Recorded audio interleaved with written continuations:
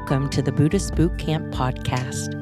Our intention is to awaken, enlighten, enrich, and inspire a simple and uncomplicated life. Discover the benefits of mindful living with your host, Timber Hawkeye.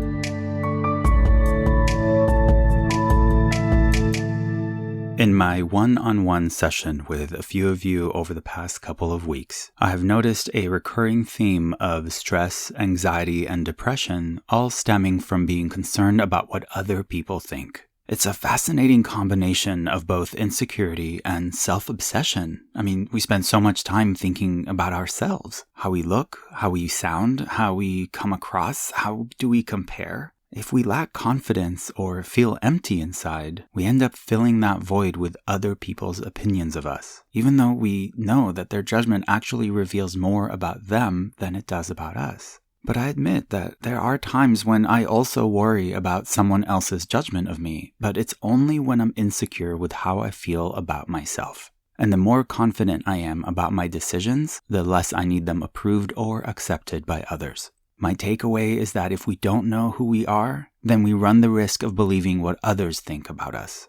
My friend Justin was raised by a father who always pushed him to succeed by yelling at him to do better, comparing him to others, calling him lazy, a loser, even when he was getting all A's in school and winning trophies in sports. Nothing was ever good enough for him. Fast forward to Justin now as an adult who, despite being successful, healthy, and wealthy, still believes he would never amount to anything because his father's voice is now in his own head. Years after his father has passed away, Justin is still trying to impress the man who has never been impressed by anything anyone has ever done. I feel the weight of all this whenever I spend time with Justin. It affects every decision he makes, and it sucks all the joy out of anything he accomplishes in life because he knows it will never be enough for his father. Just imagine how light he would feel if he stopped caring what his father thinks about him. If Justin sets his own values, defines what enough means to him, and feels accomplished at the end of every day for the first time in his life. In many ways, we all have those voices in our heads, judging us, comparing us, but it's important not to identify with those demons, to recognize them for what they are, and start writing a new narrative. I didn't think I would bring this up, but in the book, I actually talk about feeling fat when I was a teenager because of a passive comment my mother once made about me getting chunky. So I spent the next few years getting in shape and lifting weights with the sole purpose of ultimately becoming a stripper one day because I thought the only way I would ever feel attractive is if people paid me to take my clothes off. Well, if you've read my book, then you know that even when I did, in fact, become a stripper with an 8-pack and biceps bigger than my head, the pale, chunky kid still stared back at me in the mirror.